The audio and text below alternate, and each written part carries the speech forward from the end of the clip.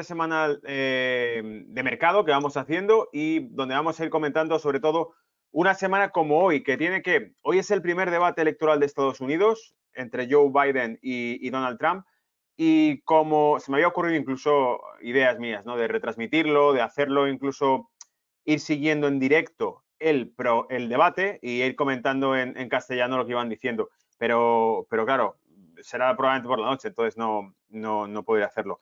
Aprovecho de todas maneras. Voy a leeros los puntos que he traído para el reporte de esta semana para que veáis que esta semana también viene caliente. De hecho, la semana pasada han ocurrido tantas cosas durante la semana pasada que prácticamente no he podido ir comentándolas todas, y sobre todo que he tenido que elegir qué comento y qué no comento esta semana, porque había tantas cosas que se volvían interesantes que había que ser muy selectivo, porque si no saldría un reporte de varias horas, ¿vale? Entonces, algunas de las cosas que ocurrieron durante la semana pasada las he ido pasando por el Telegram, pero tampoco he podido pasar todo, absolutamente todo. Entonces, ¿qué traigo para esta semana? Vamos al tema.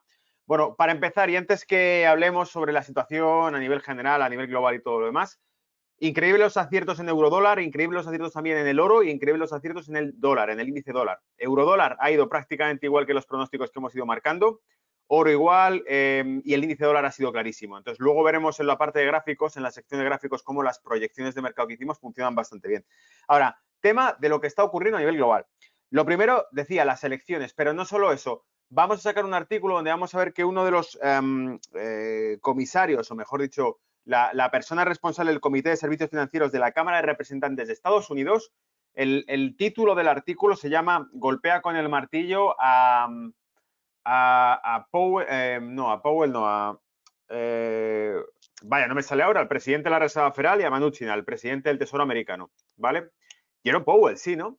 Bueno, pues golpea con su martillo a estos dos. Entonces, ¿de qué va a ir la historia? Va a ser un artículo que va a hablar de cómo, en realidad, las instituciones van a agarrar por la pechera a la Reserva Federal y al Tesoro americano y van a decir, en concreto, ustedes, ¿qué han hecho para reactivar la economía? Y va a haber un comentario, algo así más o menos, creo recordar, de cuando he leído el artículo, que decía algo así como recuperar o rescatar los mercados de capitales, es decir, hacer que la bolsa no se hunda y suba, no es suficiente. Ustedes tienen una responsabilidad con respecto a la economía real de Estados Unidos, con respecto a los agentes, las familias, las empresas, que es algo que hemos repetido durante semanas, durante meses, constantemente. ¿Os acordáis de los reportes cuando hemos hablado de la economía financiera se resucita, se ha resucitado? ¿Con qué? Con estas políticas de los bancos centrales por salvar el sector financiero.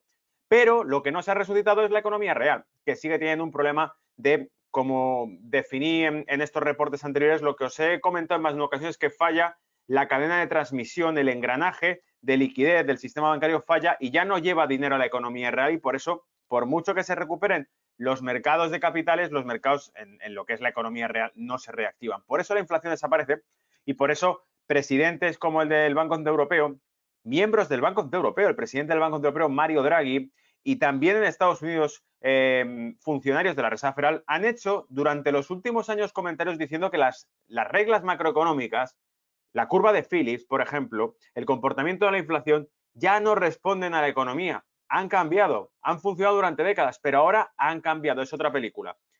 Pues la economía está cambiando precisamente por eso, y podemos ver cómo los bancos centrales parecen no tener el control de la situación muy claro, ¿vale? Entonces, a raíz de eso, vamos a comentar la ley Kerr, que es justamente la crítica que hacen en este artículo sobre la ley Kerr. La ley Kerr es la ley que se hizo como respuesta a la crisis del coronavirus. Fue una ley que se aprobó rápidamente con unanimidad por parte de demócratas y republicanos, que iba enfocada a poner dinero sobre la mesa para evitar que la economía americana se resintiese. Vamos a analizar de cuánto ha sido y por qué esta persona que representaría al comité, repito, al Comité de Servicios Financieros de la Cámara de Representantes de Estados Unidos, dice que esa ley Kerr no es suficiente. ¿Y por qué lo dice? Va a hacer un repaso sobre todo eso. Pero vamos, la parte más fundamental es que diga literalmente que la Reserva Federal y que el Tesoro americano no han cumplido con sus obligaciones con respecto al país, porque no han reactivado la economía. ¡Wow! Bombazo. Bombazo, pero sospechoso, porque puede ser que eso dé pie a otra cosa que vamos a comentar también en este video reporte. Habrá diferentes secciones, como ya sabéis, pero otra cosa que va a venir al hilo de eso, que va a ser que, pues un artículo de José Luis Cava, donde habla realmente de la interpretación de ese Great Reset, del gran reseteo, vamos, sin pelos en la lengua, como este hombre siempre ha hablado, que ha sido siempre muy franco con lo que ha pensado sobre cada cosa y que no ha tenido ningún tipo de censura a la hora de expresarlo. Pues vamos a comentar ese artículo también para poder hilarlo con esto que estamos diciendo y con la ley Kerr y con el reseteo financiero y por qué todo esto en realidad puede ser forzar a los bancos centrales a decir, vamos a ver, esto está claro que ya no ha funcionado, si se está haciendo público, si la Cámara del Comité de Representantes de Estados Unidos está hablando claramente, ustedes han fracasado, es porque quizá está dando pie a ese gran reset que vendrá el año que viene.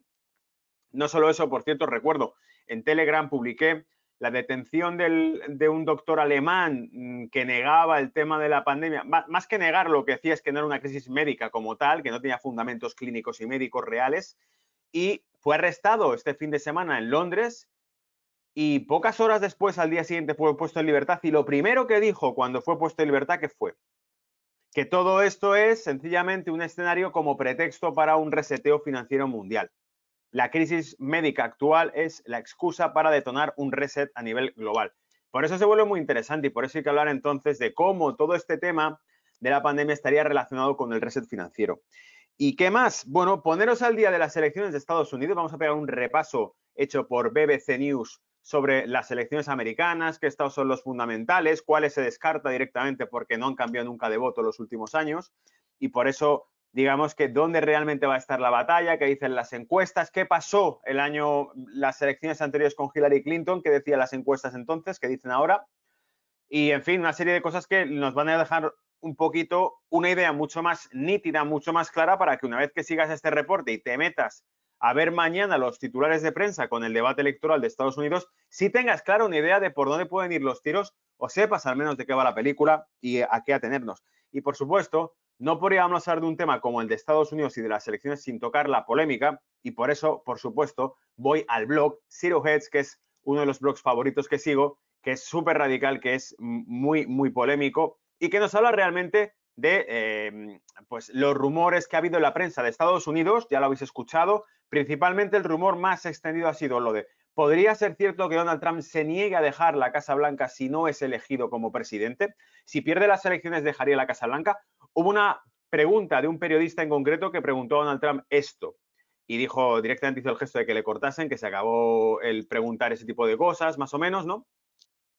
Pero existe también otro rumor. ¿Cuál? Otro rumor que mucho menos, evidentemente en menor escala, también se ha hecho eco, que es el rumor contrario. El rumor de que si posiblemente se pudiese hacer algún tipo de golpe contra Donald Trump y quitarle la presidencia por la fuerza. Esto también se ha estado rumoreando. Entonces, escuchamos el rumor de que Donald Trump podía no abandonar la Casa Blanca si deja o si pierde las elecciones, pero existe también el rumor contrario. Ha habido en concreto un discurso de un militar que luego veremos en el artículo de Zero Hedge que habla directamente de intereses que podrían ir de quitar a Donald Trump de la Casa Blanca por la fuerza también, ¿vale? Muy interesante. Y por último también vamos a comentar un rumor del Banco Central Europeo que nos habla de que es rumor sobre si dentro del Banco Central Europeo se empieza a debatir sobre si las medidas para COVID de esta segunda ola serán suficientes o no, o qué deberían hacer. Y esto es muy malo porque en el momento en que surja esa duda, va a contagiar por completo a la zona euro. Esa duda va a contagiar por completo a la zona euro. Así que con esto hay que tener mucho cuidado y hilar muy fino, ¿vale? Bien, eso es todo. Así que vamos a meterle entonces ahora al reporte hasta que lleguemos a la parte de Estados Unidos, de las elecciones, de Trump, de ese factor Trump, que lo han titulado así, el factor Trump, la llamada patriótica, es el artículo de Zero Hedge y se va a poner muy interesante. Así que no te lo pierdas y adelante, vamos con ello. Y bueno, por lo demás, tenéis mi correo electrónico en pantalla, tenéis también mi Twitter, tenéis también el canal de Swissquote España donde publicamos cada reporte, tenéis el canal de Brújula de Mercados y tenéis el canal de Instagram de Swissquote España. En todos ellos se va publicando contenido y ahí queda. Además, lo que os dije, creé hace bien poco en Telegram el chat con Brújula de Mercado y he estado publicando durante el fin de semana cosas ahí también, así que podéis meteros en el Telegram, Brújula de Mercado y lo encontráis.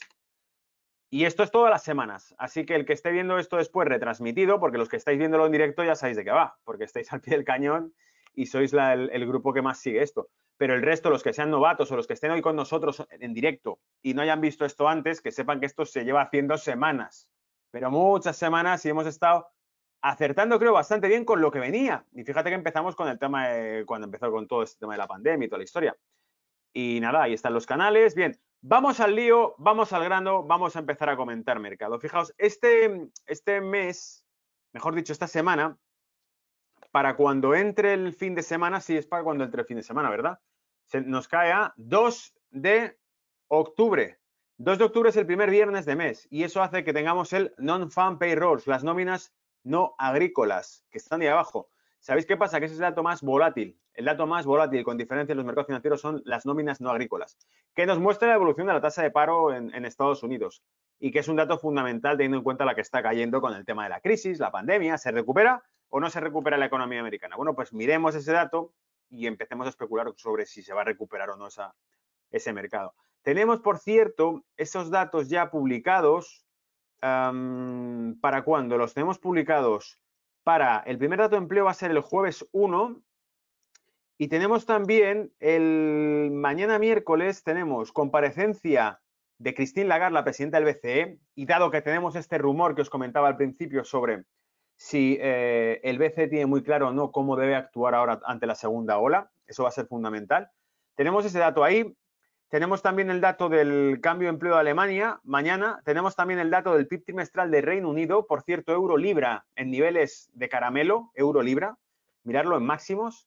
Entonces no me sorprendería alguna sorpresa que haga caer esa cotización del 0,95, del 0,94, incluso el 0,96 y pico podría llegar.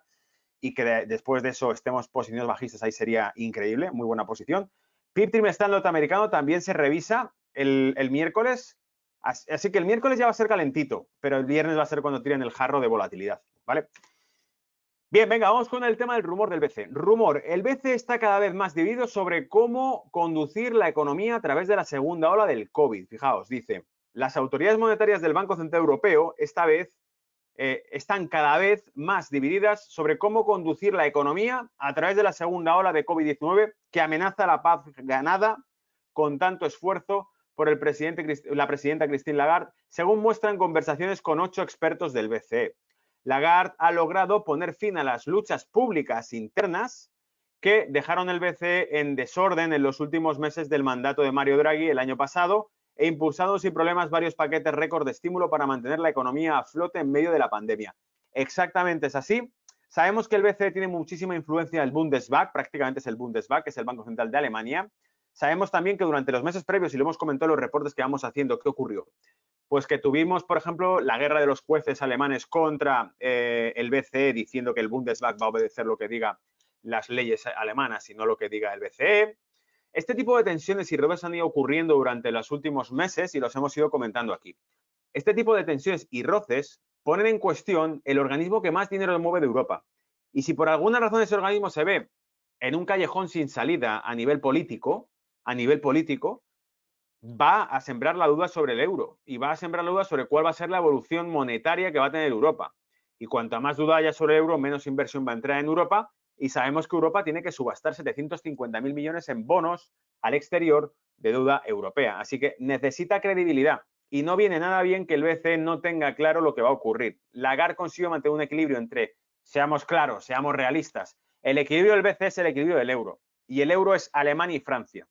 Principalmente, son los pesos pesados que sostienen el euro. Son las dos patas del euro. Sabemos perfectamente que el estímulo fiscal es algo por lo que ha abogado Francia. ¿Os acordáis que ya el año pasado hablábamos de que Francia tomaba una serie de paquetes de estímulo a finales de 2019 y que recomendaba a países como Alemania y Holanda hacer lo mismo? Francia anunciaba paquetes de estímulo, de aumento de gasto público y de estímulo fiscal. Invitaba a Alemania y Holanda a hacer lo mismo. Ese es el debate que de fondo está dentro del corazón del BCE. Si se debe soltar lastre o no, si se debe implicar el BCE en el desarrollo económico de la región europea o se debe mantener la distancia y dictar solamente políticas monetarias que vayan enfocadas a la estabilidad de precios y al control inflacionario de la economía. Eso es un pufo, sabemos que es mentira. ¿Por qué? Porque mira cómo la Reserva Federal abiertamente, que es el banco central mucho más antiguo que el BCE, abiertamente interviene en la economía.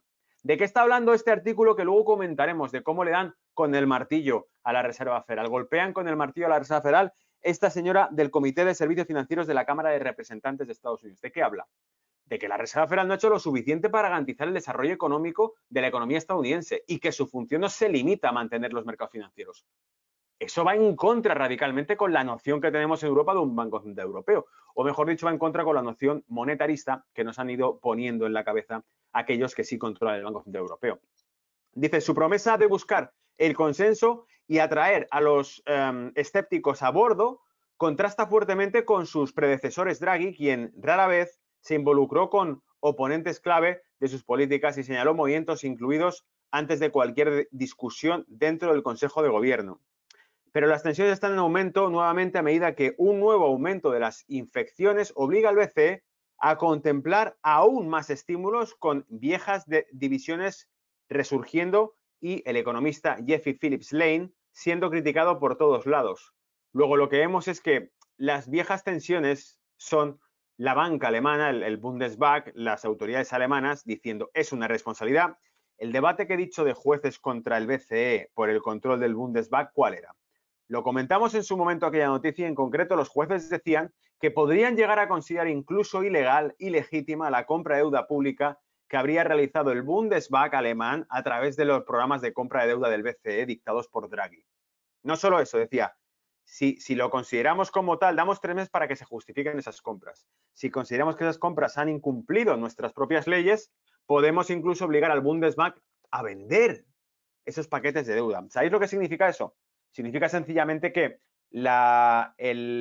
por decirlo así, las primas de riesgo de los países que han sido asistidos por el programa de estímulo de QE, del Quantitative Easing, esas primas de riesgo se dispararán si sueltan ese gatillo. Si sueltan la granada, ¿vale? Y dejan que el Bundesbank venda lo que ha comprado, se acabó. Draghi sostuvo artificialmente la prima de riesgo. Estaba al borde de una quiebra financiera España, Italia, y ¿qué hizo? Empezar a comprar la deuda de esos países. Y a partir de ahí se enfrió las primas de riesgos. No porque realmente el público inversor a nivel global, los mercados mundiales dijesen, no, espera, España e Italia están bien, vamos a comprar entonces su deuda. Se enfría la prima de riesgo, ya sabéis que la prima de riesgo es el yield de un bono, que es la rentabilidad que me dan al poseer ese bono. Cuanto menos vale el bono en el mercado, más retornos consigo por un bono que si tiene 100.000 y me da un retorno del 5% y resulta que lo están vendiendo porque nadie lo quiere, porque creen que va a quebrar y nadie va a cobrarlo, lo compro por 50.000. Ya, pero un 5% de 100.000 sobre los 50.000 que me ha costado a mí ya es una rentabilidad del doble, es del 10%. ¿Me seguís? Eso es la prima de riesgo. Así se explica matemáticamente la prima de riesgo con el mercado de bonos. Cayó la prima de riesgo sencillamente porque el Banco Central Europeo empezó a absorber todos los bonos que se emitían, a respaldarlos, ¿vale? Bien, vamos al tema de las elecciones y dejemos el tema de Europa porque eso es para otro capítulo y ya sabéis que irá cambiando. Bien, las elecciones de Estados Unidos. Aquí tenemos un cuadro cronológico, lo primero, para que nos enteremos por dónde va la película, porque este es el primer debate que va a haber esta noche, hoy, 29 de septiembre. Lo tenemos donde... 29 de septiembre, primer debate presidencial. Voy a coger el rotulador a ir marcándolo todo. El primer debate presidencial, 29 de septiembre. Vamos a comentar cosas divertidas en este reporte, que sirva para algo. Sabéis que Donald Trump ha pedido que se haga un test antidrogas a Joe Biden, ¿no? Y sabéis que, evidentemente, ha dicho que, bueno, no ha dicho que se le haga un test antidrogas a Joe Biden, ha dicho que se le haga un test antidrogas al Sleepy Joe Biden, al durmiente Joe Biden, porque el tipo mantiene, el Donald Trump mantiene que Joe Biden está ido, ¿no? Y la verdad que hay varios vídeos por ahí circulando que son divertidos. Esta mañana veía yo uno también en el que se ve que dice cosas inconexas de vez en cuando. No siempre. Hay vídeos en los que se le ve perfectamente lúcido. Pero hay otros en los que se le ve que está diciendo cosas inconexas o que se hace la picha un lío. ¿Y qué vamos a criticar nosotros a este señor si se hace la picha un lío hablando? Cuando hemos tenido, por ejemplo, en España, ha habido un presidente como era Mariano Rajoy, que ya sabéis que al pobre hombre le daba un cortocircuito cada vez que empezaba a meterse en berenjenales en una declaración, le daba un cortocircuito, le empezaba a entrar el tic en el párpado y al final no se sabía lo que estaba diciendo, lo del vecino, es el vecino el que elige al alcalde del vecino y no los alcaldes o algo así, ¿os acordáis? Pues como este ha sido un montón. Bueno, pues Joe Biden estaría en esa línea, si es que bueno, si veis los vídeos es muy divertido. Bien, entonces Trump decía hacerle un control antidrogas para ver si va puesto al debate y por eso discute conmigo con energía porque le han puesto de droga, ¿no? Bien. Este hombre, Trump me refiero, es increíble. Bien, entonces, nominaciones para liderar el debate. The Second Presidential Debate, vale, 15 de octubre, segundo debate presidencial. O sea, importante ver cómo tira este para ver cómo va el siguiente. Third and Final President Debate, vale. 22 de octubre, último y debate final de la presidencia de Estados Unidos. Voters head to polling station, vale. Los votantes encabezan ya el 7 de noviembre las estaciones de votación, básicamente, donde hay que ir a votar. Los votantes van a votar. The president-elect will be announced. Vale, 4 de noviembre el presidente de Estados Unidos será electo. Cuidado con esto, porque después vamos a hablar del tema de por qué se está especulando con que se va a quedar congelado. Y por cierto, ya sabéis lo de profecías y movidas estas que muchos de los que seguís el contenido que hago os gustan.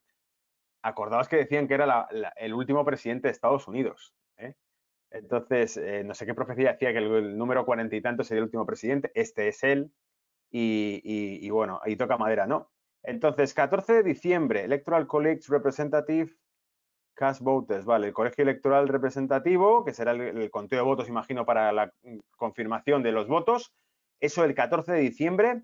6 de enero, el Senado anuncia Announce Vote Tellis, vale, la presidencia de los Estados Unidos. Y el 20 de enero, la inauguración de la Casa Blanca, o sea, de la toma de mando del nuevo presidente de los Estados Unidos, nuevo o del que ya existe Donald Trump, si es que es elegido. Por cierto, las encuestas muestran que, sorprendentemente, está peor que cuando se enfrentó a Hillary Clinton. Y claro, digo sorprendentemente porque si lo piensas, realmente Hillary Clinton tenía más gancho probablemente que este hombre. Que este hombre, pues básicamente, pues le van haciendo la campaña en los medios de comunicación. Ves, para cualquier tontería, ves que lo ponen en todos los medios de comunicación a Donald Trump, pero en cuanto hay alguna auténtica cagada y que no se entiende nada de lo que está diciendo el otro candidato, no lo ponen en casi ningún sitio. Es difícil encontrar noticias que hablen de esto, ¿no? Entonces, elecciones 2020. ¿Quién lidera en los estados del campo de batalla? Todo esto es lo que ha presentado el artículo de BBC News y vamos a ir viéndolo para que os quedéis con una idea clara de por dónde van los tiros, yo también, y sepamos realmente estar al día de las elecciones americanas y no que estemos hablando de ellas sin saber ni por dónde va la historia. Por el momento, las encuestas en los estados del campo de batalla se ven bien para Joe Biden, pero hay un largo camino para recorrer y las cosas pueden cambiar muy rápidamente, especialmente cuando Donald Trump esté involucrado. Las encuestas sugieren que Biden está a la cabeza de Michigan, Pensilvania, Wisconsin, 3 estados industriales que su rival republicano ganó por márgenes de menos del 1% para lograr la victoria en 2016. Le costó ganar en 2016 estos estados y vamos a ver si ahora los ganaría o no, porque de momento iría Biden por delante de él. Pero son los estados del campo de batalla donde Trump ganó a lo grande en 2016 los que más preocupan a su equipo de campaña. Su margen de victorias en Iowa, Ohio, Texas, estaba entre el 8 y el 10% entonces. Pero en los tres se ve mucho más cercano en este momento. Es decir, su margen estaba entre el 8 al 10% en ese entonces, pero en los tres se ve mucho más cercano en este momento. Es decir, que ya no tiene tanto margen sobre el candidato demócrata en estos estados, en estas elecciones comparadas con la de 2016. Y por cierto, cuando dice los estados del campo de batallas, imagino que luego lo veremos, porque recuerdo haberlo leído en este artículo. Explica básicamente que determinados estados no se cuestionan porque saben qué es lo que se va a votar, pero aquí hay otros estados que su voto desequilibra la balanza por un candidato u otro.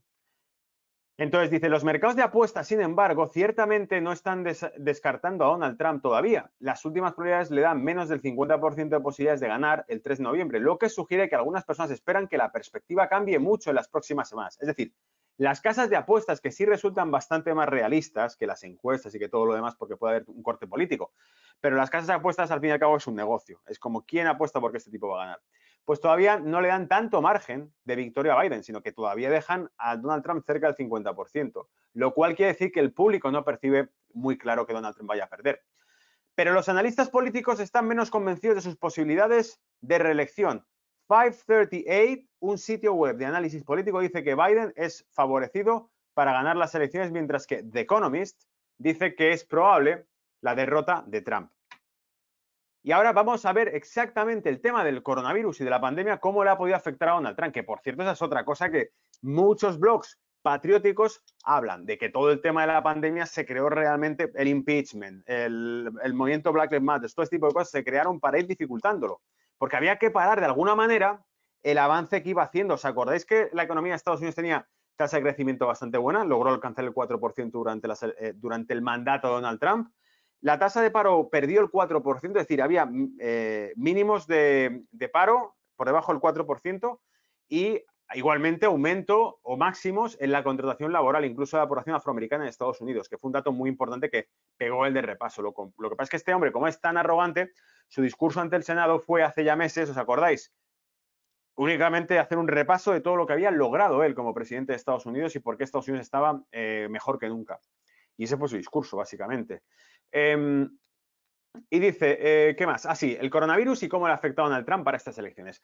La pandemia de coronavirus ha dominado los titulares de Estados Unidos desde principios de año y las respuestas a las acciones del presidente Trump se ha dividido de manera predecible a lo largo de los dos partidos. El apoyo a su enfoque ha alcanzado su máximo a mediados de marzo, después de que declaró una emergencia nacional y puso a disposición de los estados 50.000 millones para detener la propagación del virus. En este punto, el 55% de los estadounidenses aprobaron sus acciones, según datos del Ipsos. Una de las principales empresas de encuestas, pero cualquier apoyo que tuvieran los demócratas desapareció después de esto. Y dice, mientras que los republicanos continuaron respaldando a su presidente. Para julio, los datos sugieren que sus propios partidarios habían comenzado a cuestionar su respuesta, pero hubo un ligero repunte a finales de agosto. Es probable que el virus esté a la vanguardia de la mente de los votantes de un modelo líder elaborado por expertos de la Universidad de Washington. Predice que el número de muertos habrá aumentado a 260.000 personas el día de las elecciones. Trump puede estar esperando que la operación Warp Speed, la iniciativa de vacunas de su administración, pueda producir una sorpresa en octubre, un evento de último minuto que ponga patas arriba a las elecciones. El principal asesor científico de la iniciativa ha dicho que es extremadamente improbable, pero no imposible, que una vacuna esté lista para distribuirse antes del 3 de noviembre. Es decir, que básicamente con lo que se refiere al coronavirus piensan que si Donald Trump sacase algún cambio revolucionario de tranquilos, hemos sacado una vacuna que funciona, que además está aprobada, que tal y que cual, y ya vamos a poner disponible no sé cuántos millones de dosis para todos los estados y demás. Soy bastante escéptico, ya sabéis lo que pienso. Creo que esto en realidad preocupa más a los medios que a la opinión pública en particular. Es decir, la gente, por decirlo así, la opinión pública real, subyacente, la que está debajo, cada vez, y eso es peligroso, cada vez tiene menos temor a este tema de la pandemia. Cada vez hay más debate que lo cuestiona, cada vez hay más gente enfadada y cansada de las restricciones que se van poniendo porque no se lo creen. Dicen, básicamente, estáis hablando de un escenario apocalíptico que yo no puedo apreciar en mi día a día, yo no veo en mi día a día. La tasa de mortalidad que tiene esto cada vez está siendo publicada por más revisiones científicas, que es 99, no sé cuánto por ciento de supervivencia. Luego, quizá todo esto es una cuestión política y no médica. Bien, como eso va ocurriendo de fondo, ¿realmente creéis que la gente, como tú o como yo, que percibe esto, el que investiga, otros se van a creer lo que esté diciendo la televisión constantemente, pero el que investiga y empieza a ver que cada vez hay más datos que no coinciden, cuando vemos que un médico alemán que está debatiendo sobre este tema y que lo cuestiona es detenido, cuidado. Igual es detenido por alguna razón en concreto, ¿no? ¿Desde cuándo se detiene a alguien que es un loco, un lunático? Bien, entonces, este tipo de cosas son precisamente las que dicen, la gente a lo mejor no está tan concienciada sobre, no, es que la respuesta que ha dado el Trump al coronavirus, a lo mejor la gente lo que está pensando es, si esto del coronavirus está pasando ya y punto. No tiene por qué ser la respuesta que hay de Trump ya es insignificante. La que dio en su momento quizás sí, estábamos todos en shock. Hostia, la apocalipsis, ¿no? El virus chino se ha extendido por todas partes. Trump cierra la frontera con Europa. Los vuelos, suspende todos los vuelos de China. Declara emergencia nacional. Todo el mundo acojonado, claro. Pero ahora que la cosa ya está, o sea, el virus ya está en la calle, ya lo tiene la gente por ahí, ¿no? ¿Y ahora qué? Ahora todo el mundo otra vez van a colarnos a toda la historia. No, todo el mundo a casa y tal. Si se ha contagiado la gente igual, con mascarillas, con precauciones, con distancia y tal, constantemente están notificando miles y miles y miles de nuevos casos, ¿no? Luego, evidentemente, esto va por otro lado. Publiqué, por cierto, en redes sociales, buscarlo en Twitter, la revisión estadística utilizando los datos del Ministerio de Sanidad y la Junta de Salud de España. Podéis ver perfectamente ahí cómo los ratios de mortalidad que publicaron en abril no tienen nada que ver con los datos de mortalidad que están publicando ahora, según los datos que publican ahora. Luego, en algún momento van a acabar diciendo, bueno, no, es que el problema no es ese, el problema es que la sanidad está saturada. La sanidad va saturada años. O sea, no hay sitio en los hospitales, no por coronavirus, es que no hay sitios para ninguna cosa. Los hospitales públicos han tenido un recorte de recursos increíble. O sea que, para pagar a los bancos, claro, porque de algún lado tiene que salir el dinero para pagar los intereses. ¿Os acordáis que eso también lo hablamos en un reporte? ¿Cuántos miles de millones cuesta al año al Estado pagar intereses a la banca privada por un dinero que recibe gratis la banca privada por parte de los bancos centrales para prestártelo a ti a través de los bonos? Eso es lo que decían en el vídeo de la historia de Reserva Federal contábamos que los americanos, la sección patriótica americana decía, es ilegal, es inconstitucional fabricar dinero de la nada que luego se le venda al Estado, a la nación, al país. No le puedo estar prestando un dinero a la nación que yo mismo estoy fabricando y cobrarle intereses por ello, ¿vale? En fin, ese es el debate realmente que hay detrás del gran reset y de todo lo que viene. Entonces, bueno, a partir de aquí, bueno, hemos dicho extremadamente improbable, pero no imposible una vacuna. Bien, pues si saca la vacuna, quizá cambia la historia. Fijaos ahora, noticia o artículo polémico, incendiario. El factor Trump, la llamada patriótica. Esto lo ha hecho ese artículo de Cyrus Hedge que nos dice: después de años de penetración estatal profunda en los Estados Unidos desde el asesinato de John Fitzgerald Kennedy, un presidente nacionalista sorprendentemente se encontró en la oficina oval en la forma de Donald Trump. Es decir, dice, desde que mataron a Kennedy, según Cyrus Hedge, desde que mataron a Kennedy, el único presidente nacionalista que ha venido después ha sido Trump. Ya sabéis que aquí la leyenda está, ¿no? La teoría está en que Donald Trump sería la venganza de aquellos que mataron a Kennedy y que habría vuelto a la Casa Blanca, ¿no? En la forma de Donald Trump, y a solo 2 meses de las elecciones de 2020 se organizó la amenaza de un nuevo golpe militar para los financieros internacionales es tal como siempre, es tan alto como siempre. Bien, básicamente lo que está diciendo el artículo, ¿no? Que precisamente porque está Trump ahí y ante las elecciones que va a haber, tipo, nunca debió haber llegado ahí, nunca debió ser un nacionalista, un patriota, nunca debió haber llegado a la presidencia porque está dirigida por élites y entonces, claro, esas élites no van a dejar que vuelva a ganar y le van a quitar de en medio y un golpe militar no ha sido descartable. Entonces dice, en su conferencia, y esto sí es interesante, en su conferencia del Día del Trabajo, Donald Trump, quien ha sido distinguido como el primer presidente desde Eisenhower en denunciar, atentos, comillas, el complejo industrial militar, cierro comillas, Eisenhower denunció el complejo industrial militar, es cierto, pero lo hizo después de dejar la presidencia de Estados Unidos. Nunca lo hizo como presidente. Donald Trump, como presidente de Estados Unidos, lo ha dicho abiertamente. Sabéis que se ha opuesto a las guerras.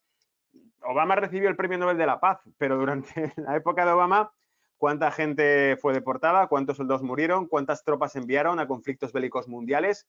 Pero Obama es simpático y Obama sonríe. Y además Obama baila en los programas de televisión. Obama es un tío amistoso, es simpático. Obama es el espantapájaros, ¿vale? Bueno, el espantapájaros sería en este caso Joe Biden. Obama era, no sé, era el tipo gracioso, ¿vale? El que te cae bien solo con verle. Trump no, Trump es un tipo grosero, es un tipo crudo, es un tipo muy directo, es un tipo incómodo, ¿no? Pues claro, Obama te cae bien. La que pasa es que Obama, claro, no es consecuente. La agenda que lleva Estados Unidos con Obama era la que les daba la gana y la que lleva con Donald Trump es que está cambiando realmente la agenda exterior de Estados Unidos. Increíble. Entonces, bueno, dice, el discurso que dio Donald Trump el día del trabajo fue el siguiente.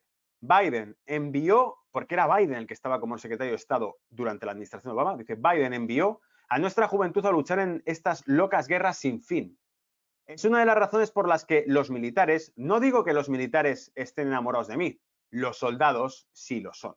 Las personas más importantes del Pentágono probablemente no lo sean, porque no quieren hacer nada más que pelear en guerras para que todas esas maravillosas compañías que fabrican bombas y aviones y hacen todo lo que los demás se mantengan felices, pero estamos saliendo de las guerras interminables. Y dije, eso es bueno, traigamos a nuestros soldados de regreso a casa.